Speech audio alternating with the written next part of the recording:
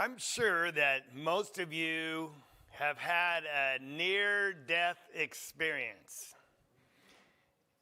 Looking back, there were times I realized I should have died, but didn't realize it at the moment. And it was scary afterwards, not at the moment. But I remember one particular time I was on 405 coming south. I think I was going to see Ann before we got married, seriously, in my Silica GT, and I was probably trying to switch my Super Tuner Pioneer to a different song. And all of a sudden I looked up, we're on a freeway, right? And car's supposed to go fast. And all the cars were stopped all of a sudden ahead of me. All I saw was brake lights. And I go, uh-oh, it's over. So I slammed on my brake and swerved. And I look in the mirror like, oh, I hope no one hits me. And cars are just going this way, and that way. And I think I turned and finally got through this gauntlet of cars without getting hit at all, pulled over the side of the road, and I'm just shaking, adrenaline. I slowed down after that. But you've had experiences. I know some of you have been in the hospital and you realize, boy, I could have died, should have died. And it makes you change your perspective on life, doesn't it? That there's got to be more about life than just going down the road, listening to your favorite song or playing or whatever it might be. And that's why we want to talk about a topic that is not very exciting and actually depressing to a lot of people in the world, and that's hell. But hell's very important because if it's a real place, it's a place you don't want to go to. In contrast, there's heaven, which we'll speak, Lord willing, about next. It's the place you want to be at. Another thing I'll tell on myself growing up, I never wanted to miss out on anything. I know it's just something about my DNA that I didn't want to miss out on any opportunity. So when people ask, what do you want to be when you grow up? Well, I want to be everything. An astronaut, go to the military, be a jet fighter pilot, be a doctor. I wanted to do everything because I didn't want to miss out on anything. Because there's so much the world has to offer, isn't there? But I tell you, the biggest thing you could miss out on is in the end game, that's heaven. And if that you missed out on it, that means you're in the wrong place. And you didn't just have a near-death experience, you're experiencing the second death. So we want to talk about hell in just a pragmatic way, and it's not meant to scare you people, but yet it is scary. It should be a sober topic because it's about reality. Yet people more and more are discounting the truth about what hell is. And we can look at poll after poll, and we see that people decreasingly are not believing in the concept of heaven or in hell.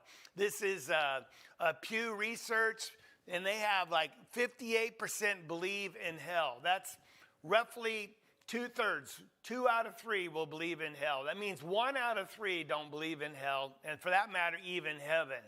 And we see that even numbers about gods and angels, but here, and this is a Gallup poll, it's down to 60% believe in hell itself. So that means it's only 3 out of 5. And it means every 5 people, 2 people, it's a made-up story. It's there to control you. And you ask people, well, why don't you believe in this place called hell? And there'll be all sorts of reasons, excuses. The predominant one is, I can't understand how a loving God that's omnipotent would send people to a place of torment and torment them and allow them to suffer, punishing them for eternity. If that's the kind of God it is, I won't want anything to do with him. Now, it's interesting. With that excuse or that reason, it started with the idea, I just don't understand. Well, the fact that you don't understand, that might be legitimate, why God might allow that to happen. Because just because, though, you choose not to believe doesn't make God go away. And just because you refuse to acknowledge a place called heaven and hell doesn't mean it's not a real place that you might end up in. And it's foolish to just discount it because you don't understand. So we want to give some understanding so people can realize with reason and common sense and wisdom and spiritual insight that there is a place called hell. And to do that, we have to look in the Bible, don't we? And so we could spend weeks on this subject because there's a lot to be said about it. But we're going to talk about three words: Sheol, Hades, and hell. You can remember that as the title: Sheol, Hades, and hell.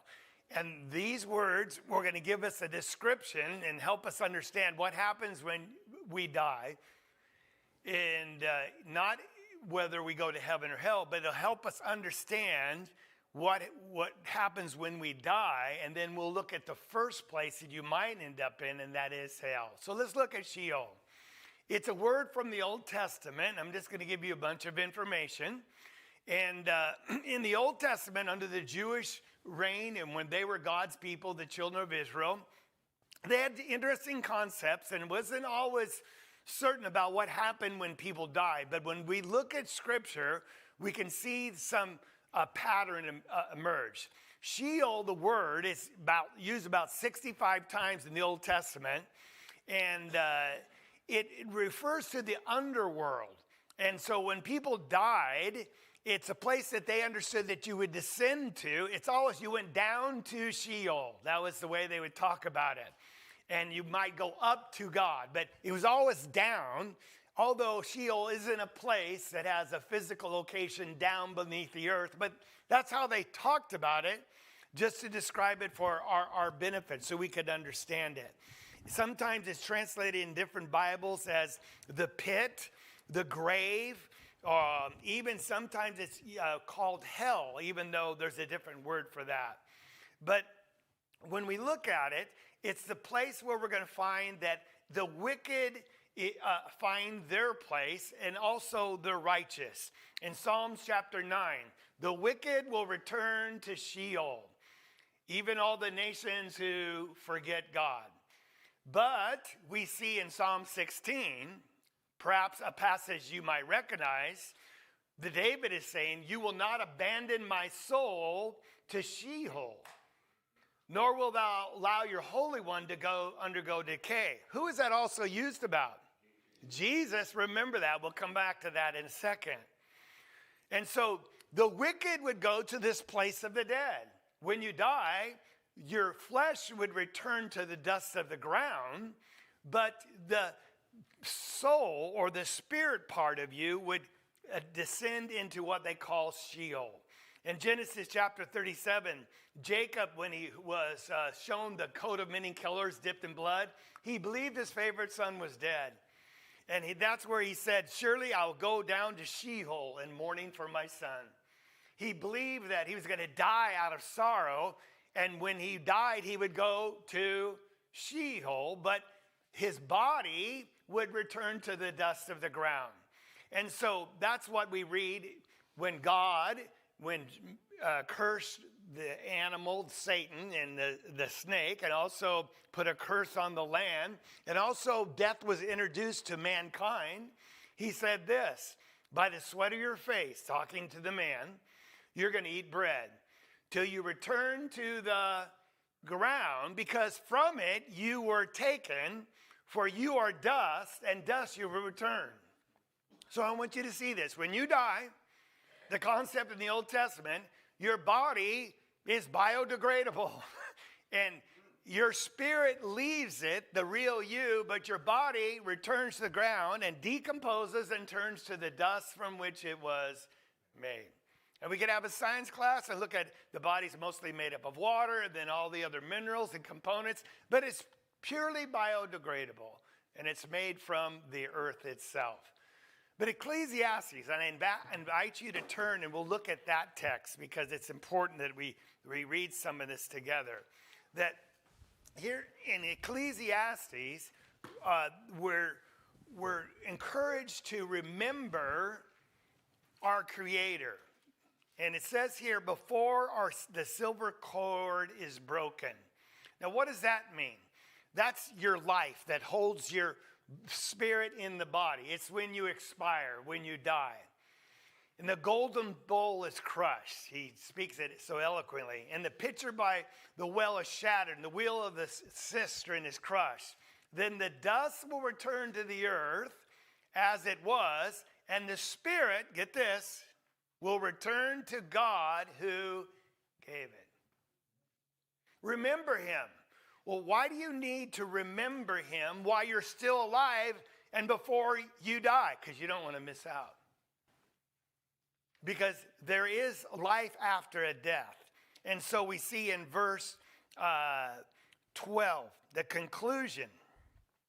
When all has been heard, it is fear God and keep his commandments, because this applies to every person. For God will bring every act, everything that you've done, into judgment. Everything which is hidden, whether it's good or bad. And that's period. That's the end of it. Now, Ecclesiastes, Solomon is looking at life. He didn't want to miss out. He tried everything to find some purpose in life. And he said at the end it was all what? You know, it was fun, but it really is not fulfilling. Then he considered the animals. They die and return to the dust. And he says, I die and I return to the dust. What advantage do I have over a beast of the field? And he answer was, none, unless you interject the idea of heaven and hell. Then that gives you purpose in life. That gives you meaning, something to strive for. So he says, remember him. Because there's consequences for everything we do in this life. Everything we say and every act we perform will be held accountable for it, and will stand before God in judgment. Now, when we consider that, that's sobering. But what about the New Testament? Did they get it right in the Old, or is it different in the New? And so we want to look at the word Hades, because the Sheol is the Old Testament word for the place of the dead. And we're going to see in the New Testament, it's the word Hades. And really it's synonymous with the word Sheol, and it represents the same place. While Sheol is used over 60 times in the Old Testament, we find Hades less than 20, about 14 or 15. Literally, it's called the unseen place, the place of the dead, the unseen realm, because you don't see it. It's spiritual.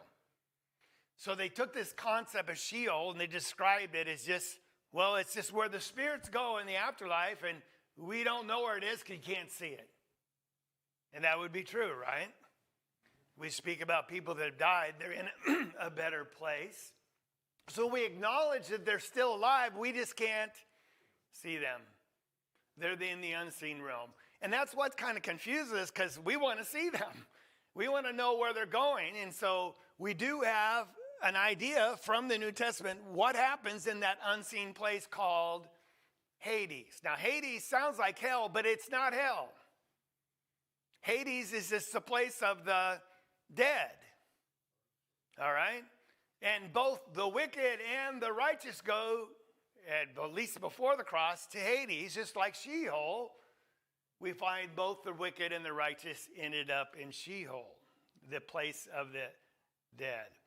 Now, Jesus used this when he's talking to Capernaum, because he did these miracles and they refused to believe in him.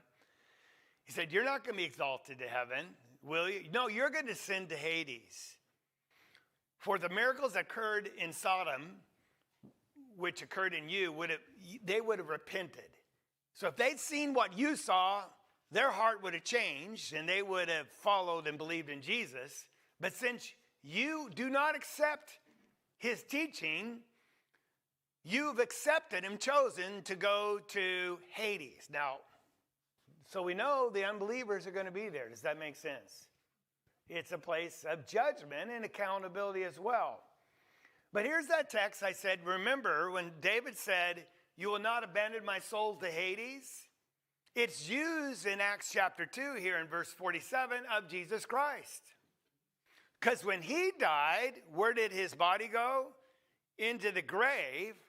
It would have decomposed and turned to dust, except God promised not to abandon his soul in Hades. Where did his spirit go? Jesus' spirit. Hadean realm. That's where he went. But God didn't leave him there. He took him back in 3 days and raised him from the dead, put his spirit back in the body. That's the resurrection. That's why the body didn't turn into dust. So he is the big exception to this rule. But Jesus, I want you to know, went to the Hadean realm. It's not hell. It's the land of the dead. So when we look at that, Hades is a place, though, what you're awaiting judgment. The Hebrew writer puts it this way: you've got an appointment, and it's an appointment with death. It's appointed for men, all men, everywhere, to die once. Now that's really important because there's a first death and then there's going to be a second death. We'll get to that in just a moment. But you don't have to participate in the second death, but everyone's going to participate in the first death, and that's when you die. The clock runs out, maybe of old age, maybe of an accident, maybe of an illness, maybe of some homicide, but it's when your spirit is released from this biological body, it goes to Hades, and the body returns to the ground as dust. But it is a place of judgment that comes afterwards. You're waiting judgment. He said you're going to die once, and then comes next what?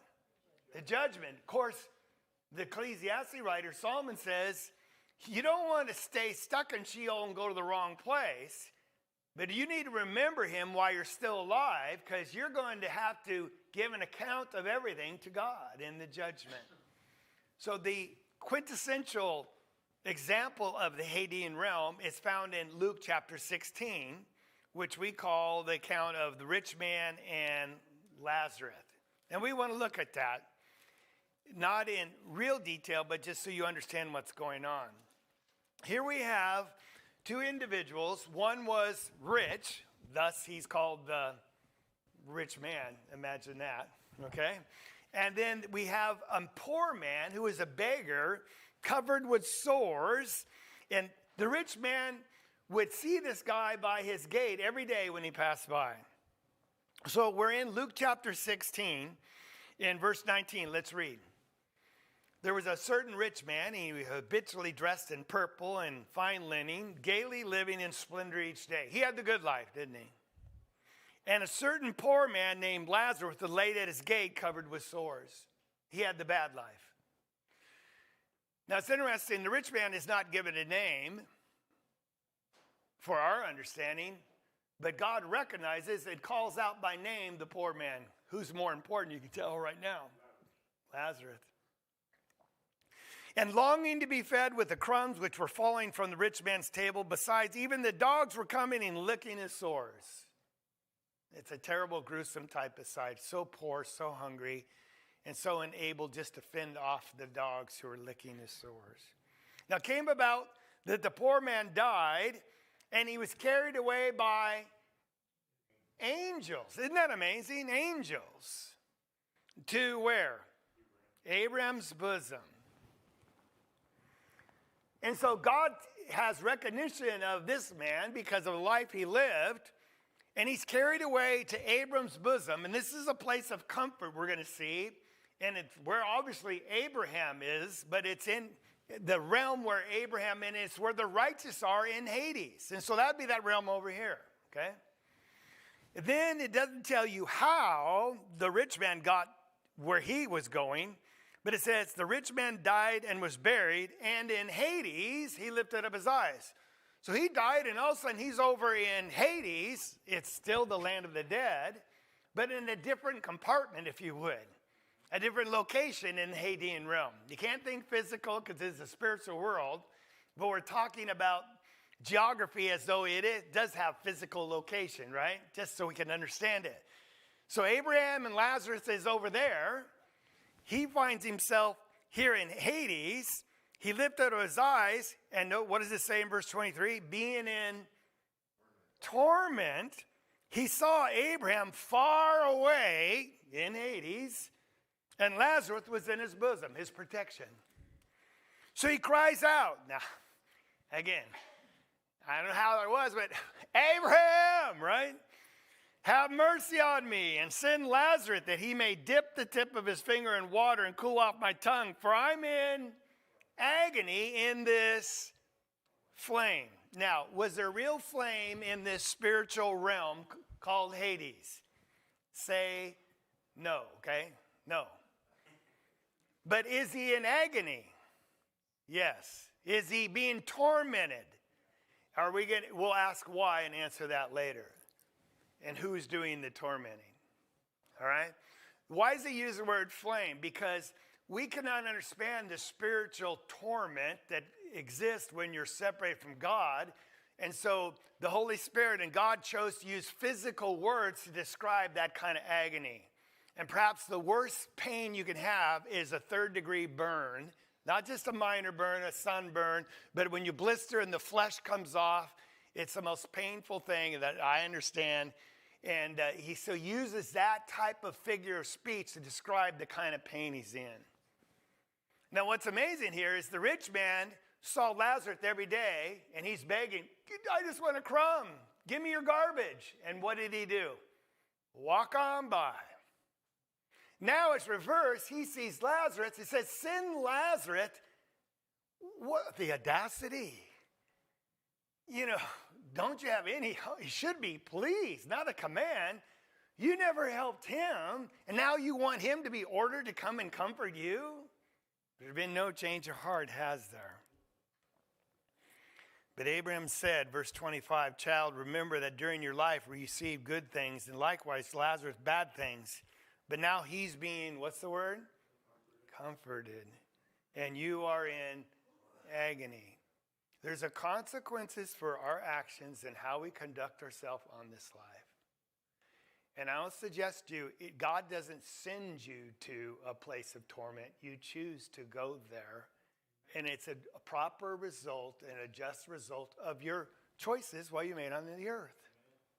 When you say no to Jesus, like the people of Capernaum, they said, we don't want to believe in you. Yeah, you did these miracles, but no. God's going to say, fine, I'm not going to force myself on you. Have your own way. And when you say no, you're choosing this place of torment in the Hadean realm. And so is a loving God that's all powerful torturing you and punishing you? No, he's warned you. And we're going to see in a second, he tried to save you from it. And you said what? No. No. So we find, besides this, verse 26, he said, besides all this, between us and you, there's a great chasm fixed, in order that those who wish to come from here to you may not be able, and none may cross over from there to us. Now, you've seen pictures of this, and maybe a great canyon or something, but when you're in this place apart from the righteous because of your choices, it's permanent. You can't cross over. Likewise, those who are in Abram's bosom can't come over here. It's permanent. The deal's done. Because of the choices, they chose to fear God and remember him in their youth, and you chose to not to, and to neglect God. Maybe because you didn't want to miss out on the things of the world. And you remembered all those. And that's why Jesus said lovingly, do not seek treasures on this earth, but treasures in heaven.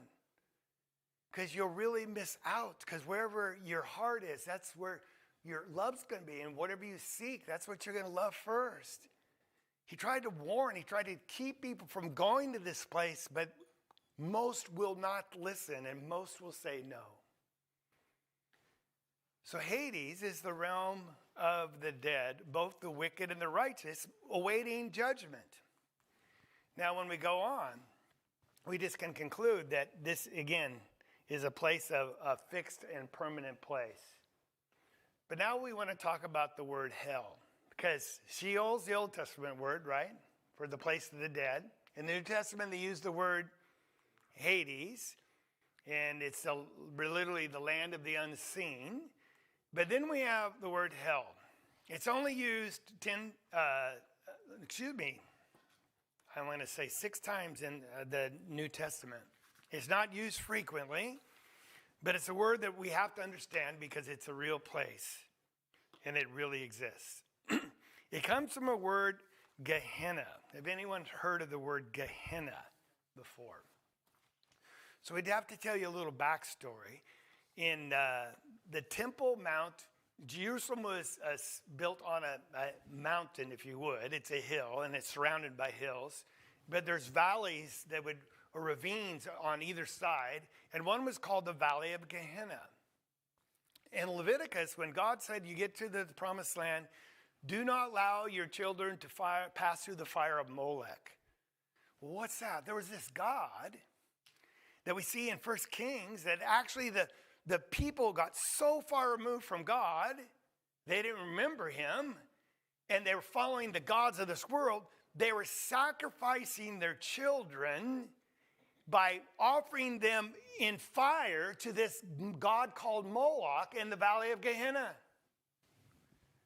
Can you imagine how far you can get from God and just any sense of humanity where you give up your children and watch them burn in worship to a false god? Well, later the kings came and destroyed and defiled that place, and it was so horrible to the Jews that it was always remembered as a garbage dump, a refuge where they put manure and dead carcasses. And since, they didn't want the putrefaction and the disease, they were always being burnt. So there's eternal fire going on in the Valley of Gehenna. It was a place that they used the word Gehenna and to describe the afterlife of people that have departed from God and have nothing to do with him. And we've used the word hell, but it literally is the word Gehenna. But it describes hell.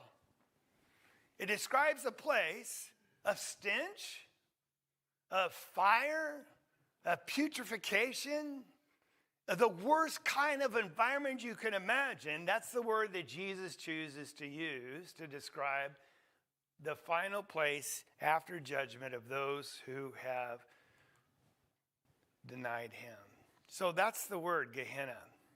It's the final place of those who are ungodly, the unbelievers. For whatever word you might put on them, it's those that said, no, I don't want to follow God. No, Jesus is calling me, but I'm not going to listen. I want to do what I want to do because I don't want to miss out on this world. And it's the final place because it's been appointed for all men to die once, and then comes what? Now it's interesting. The judgment just basically certifies or shows why you're going this way. It's because you chose to go this place. It's not God saying, well, I'm going to punish you and take him more than a stripe, hit him for every day for the rest of his life, eternity, No, they chose to not have God in their life. And so it is a place of ungodliness or no God around. And so everything that God represents, comfort, joy, peace, happiness, it's absent because there's no God there, is there? So you're left in agony. So Jesus said this, don't fear those who can kill the body because it's just going to return to dust. And you already got an appointment with death, right? I mean, we don't want to die, right? Prematurely. But don't fear those who kill you, so you deny Jesus to keep from dying. But make sure you fear the one who is able to destroy both soul and body, where? In hell. It says the men can kill your body, but they can't take you out of heaven. They can't destroy your soul. But our Father is able to make that happen. It's called the second death. And I want you to read with me in Revelation 20. And people go, oh, good, Revelation. Other you're going, oh, no, Revelation. But this chapter is really probably one of the most easy to understand. And it's very enlightening to what's going to happen. when Jesus comes again, in that last day, and there'll be the great judgment scene. There'll be the bodies of every people, the wicked and the righteous, the unrighteous. Everyone will be raised from the dead. Their spirits will be united with these new bodies. Jesus will bring the righteous with him. It says that in 1 Thessalonians 4. We'll talk about that later. But they will all then stand before the great judgment seat of God. And when we look at that, we're going to learn actually what's going to happen in the second death. So we're in Revelation chapter 20. And I want you to read with me in verse, first of all, 2. This angel comes down with a great chain. In verse 2, he laid hold of the dragon, the serpent of old, who is the devil, and Satan, and bound him, all right? In verse 4, they saw thrones, and they sat upon them. There was judgment given to them. And the souls of those who have been beheaded because of the testimony of Jesus, because of the word of God, those who had not worshipped the beast or his image and not received his mark upon their forehead, upon their hand, they came to life and reigned with Christ. So here I have this resurrection. But notice verse 7. When the 1,000 years are completed, here's where it's simple to understand. Satan's released from his prison. He'll come out to deceive the nations. Oh, that's really easy to see. But notice what happens to him. Verse 9, they came upon the broad plain of the earth, surrounded the camp of the saints and beloved city. The fire came down from heaven and devoured them. Verse 10, and the devil who deceived them was thrown into the lake of fire. This is a picture of hell. And brimstone, where the beast and the false prophet are, and they will be tormented day and night forever and ever. Verse 11. And I saw a great white throne, with him who sat upon it, from whom the presence, earth, and heaven fled away, and no place was found for them. This is Jehovah and Jesus.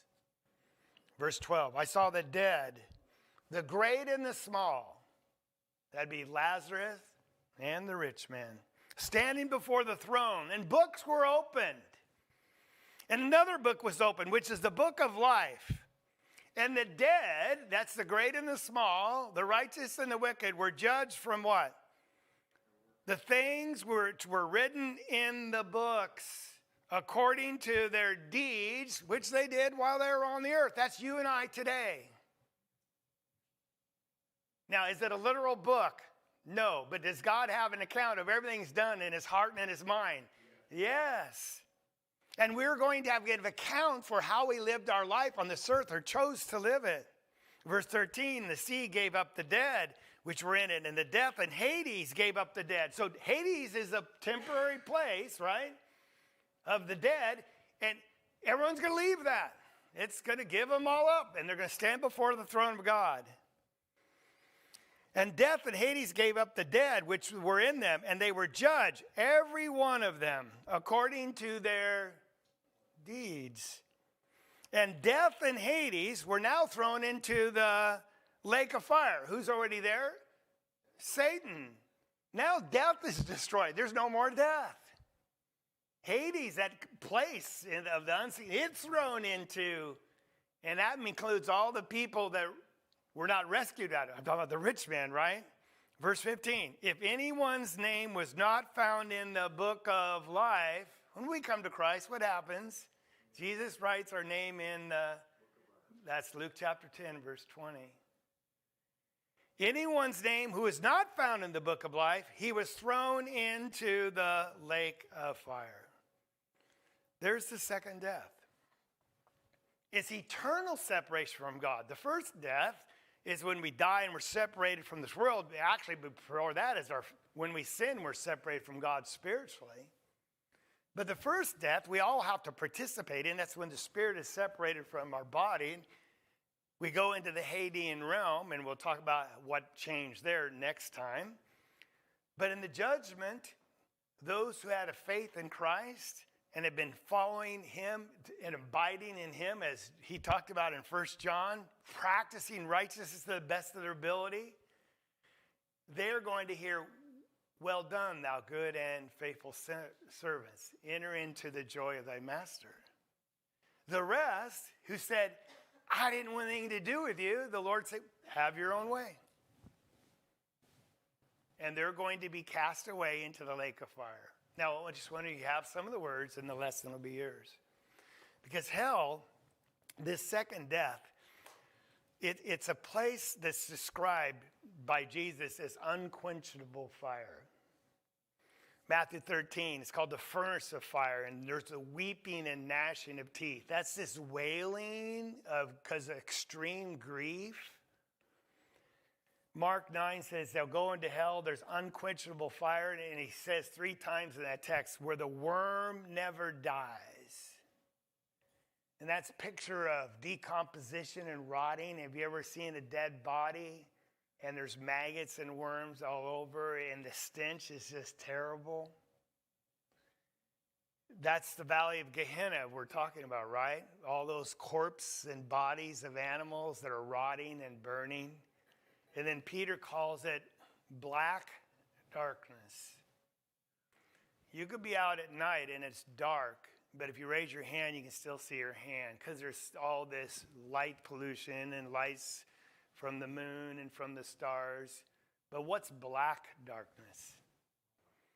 It's when you're in a room and you put a towel by the door so no light comes in at the bottom, and you just shut it, and there's no total absence of light, and you put your hand in front and you wave it and you can't see a thing. Why does it describe hell with fire, wailing, gnashing of teeth, and black darkness? I think the answer is obvious, because God is light. God is good. He's a God of comfort and hope, of blessings and joy. And when you say no to him and you choose to go here, that's all that's left is darkness, suffering, wailing, because you know you've missed out. And you had a choice and you took the wrong choice. Because there will be no excuses in hell that you can offer why you didn't believe it in the first place, because there will be a judgment, and everything you did, you'll be held accountable. You'll know why you're there. You'll know. It'll be fair and equitable. You won't be able to complain. You'll just cry out because you're separated from that which is good. God isn't necessarily punishing you. Your punishment is being separated from God. Does that make sense? So when people say, how could a loving God punish people? No. A loving God tried to rescue them. Romans chapter 5, when you were ungodly at the right time, when you were helpless, while you were still enemies, that's the language it used. God sent his son to die, to go to Hades, so you didn't have to. What love do we have? In 1 John, we're reading, we know love by this, that he laid down his life for us. And don't tell me, how could a loving God cause people? No, it's just the opposite. The loving God's trying to save you from your own self-destruction. Didn't Satan do a good job in turning God into a liar and an evil person when it's actually the opposite? So we look at hell. Man, I don't want to miss out on heaven. I've had close calls in my life, and probably the worst ones where there was sin in my life. It wasn't an accident. It wasn't nearly falling out of a tree. It was sin, especially when it's unrepented and there's not a change of life. And if it wasn't God's patience and forbearance with me before I was married and things in my life, I'd be bound to hell. Near-death experiences. But somehow God, for some reason, loves me more than I love myself. And he gave me an opportunity to come to know Jesus Christ. Amen. And because of that, I'm on the path to heaven. Do I live perfectly? No. But I'm practicing righteousness. I'm trying to be like him. And I know that I have an advocate who'll defend me in the judgment day, because I won't be able to defend myself. It's Jesus Christ. So that's Sheol, Hades, and hell. It helps us understand the holiness of God, doesn't it? That's why people are there, because they don't want anything to do with the righteousness and the holiness of God and his majesty. They don't understand how great he is. It also teaches us about the seriousness of sin. Everyone deserves to go there. Everyone. But those that choose to follow Jesus are saved from what they deserve. But everyone that ends up in hell, they'll know why they're there. And that'll probably be the part of the torment. I didn't have to be here. It helps us realize, too, that all our actions today have consequences. Everything you choose to do something today and tomorrow, when you choose to honor God and you choose not to, when you choose to pray or choose not to, or you choose to steal or engage in some immorality, everything has a consequence. There's no free lunch. And that's what we learn when we look at the words Sheol, Hades, and hell. We realize also the terror of life without God. You think it's bad now? And a lot of times people say, hey, my life's hell on earth. It might be in a figurative, metaphorical way, but you don't understand. We don't understand the real terror of hell, do we? And you don't want to experience it. But we get a glimpse of it because a life without God is pure terror, especially eternal. And then, of course, when we understand these words, we appreciate the amazing love of our God. And that's why we worship him. We're going to sing a song, if we could help you. It's This World Is Not My Home. Of course, because we're just passing through. And if heaven's not my home, what would I do? Let's stand and sing the song together. This world is Not my home, I'm just a passing through.